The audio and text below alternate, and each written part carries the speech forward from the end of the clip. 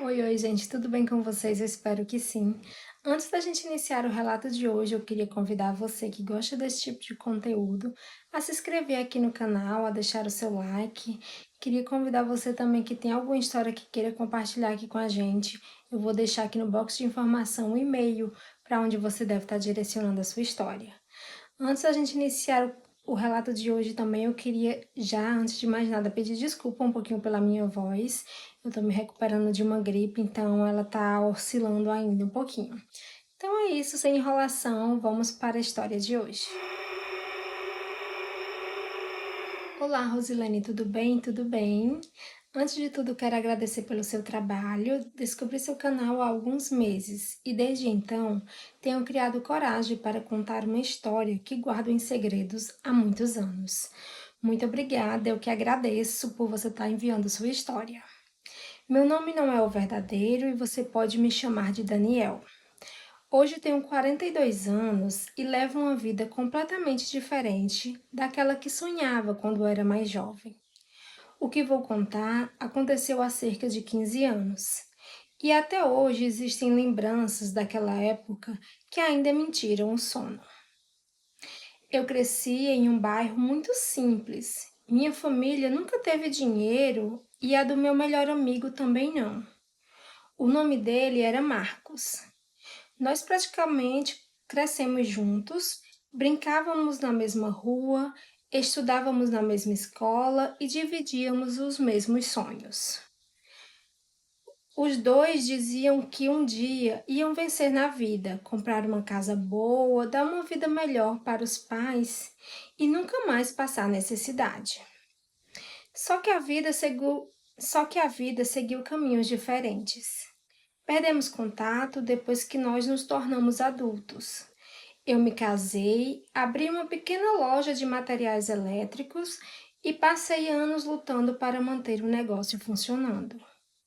Trabalhava de segunda a segunda e, mesmo assim, mal conseguia pagar as contas. Enquanto isso, eu nunca mais soube do Marcos, até que numa tarde comum ele entrou na minha loja.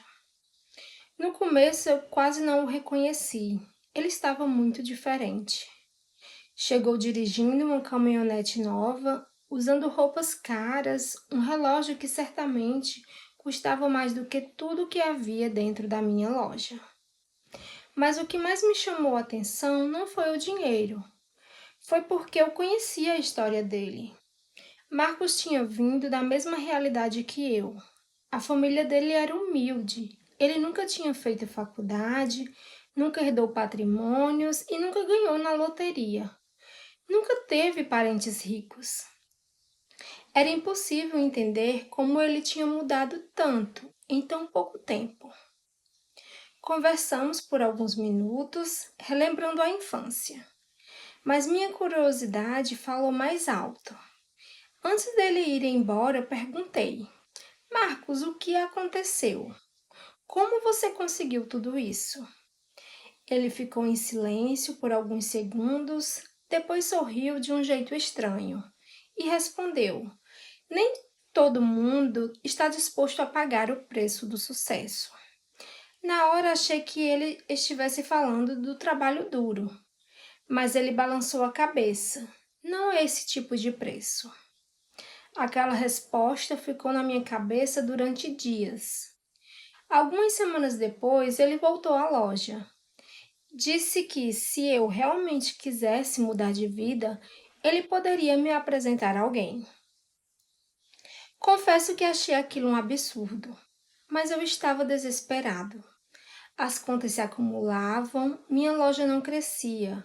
Meu casamento começava a sofrer por causa das dificuldades financeiras. Então aceitei. Numa noite de sexta-feira, seguimos por uma estrada de terra até uma casa antiga, isolada, longe da cidade, em uma área rural.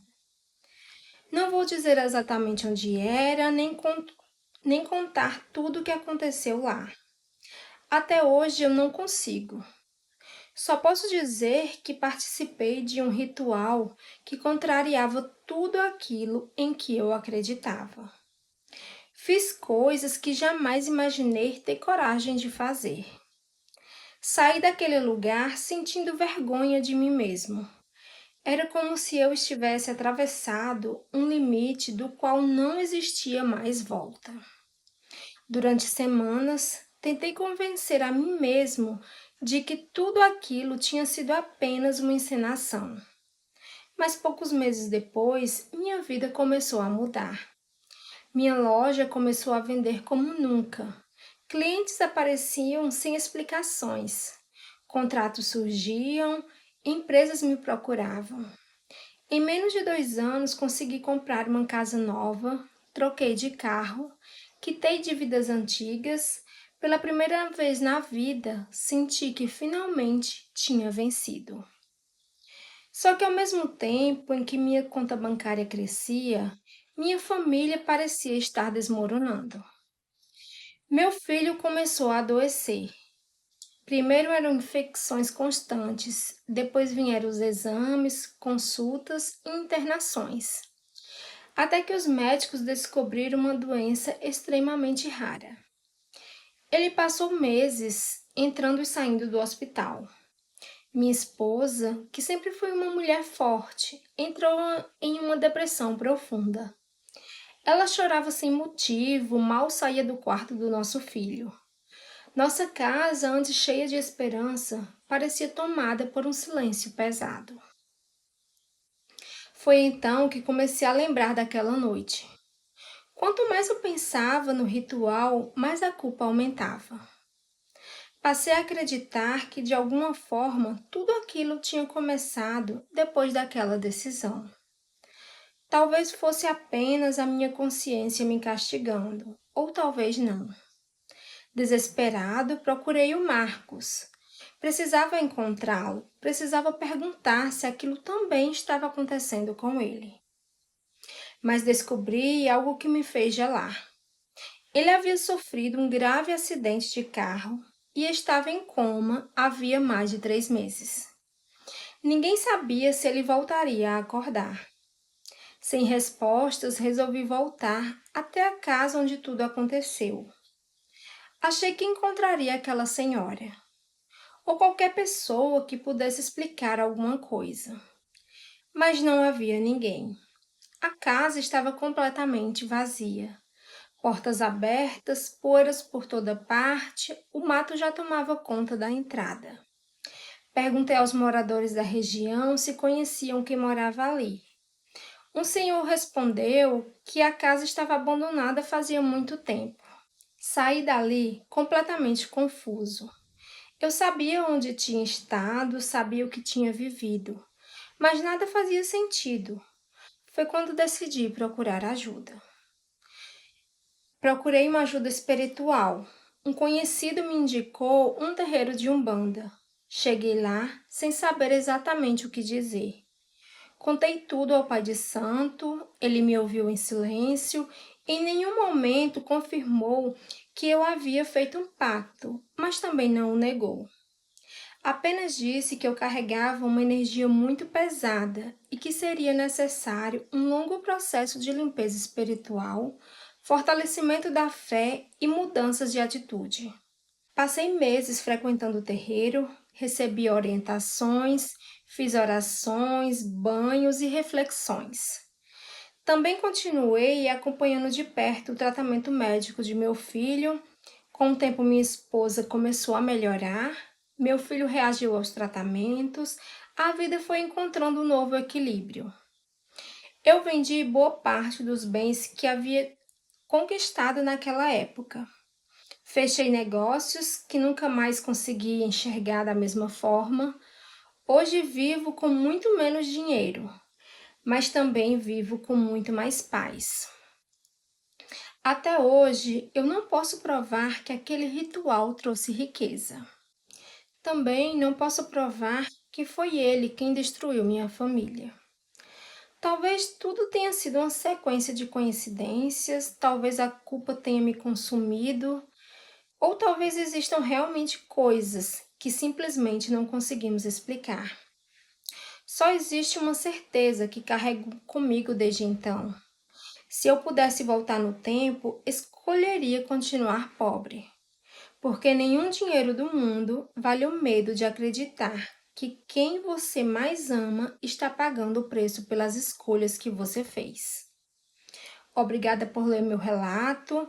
Se ele servir para impedir uma única pessoa a procurar caminhos parecidos como o que eu procurei, então talvez toda essa dor tenha servido para alguma coisa.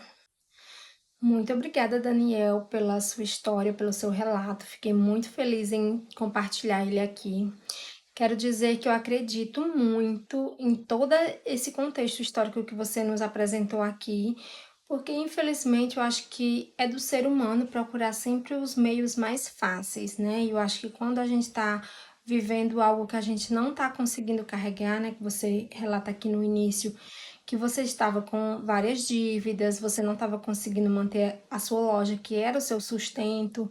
Então, querendo ou não, isso nos direciona a caminhos mais fáceis, que não são fáceis, né? Eu acho que muita gente que gosta de relatos, que vem à procura de histórias como essas, como as suas, como histórias de amarrações amorosas, ela sempre vem atrás do algo que é o mais fácil. Às vezes as pessoas elas querem ouvir uma validação de que aquilo realmente vale a pena, mas é sempre todas essas histórias, elas são sempre moedas de dois lados, né? Então nem tudo aquilo que você procura vem de uma forma fácil ou vai trazer apenas felicidade, né? Muitos dos relatos que eu tenho contado aqui, que eu tenho recebido, são sempre histórias com um contexto diferente. Pessoas que fazem amarrações amorosas e que não dão certo, pessoas como você que procuram uma forma de enriquecer, mas que infelizmente não dá certo, que a gente às vezes acaba pagando um preço muito maior, né?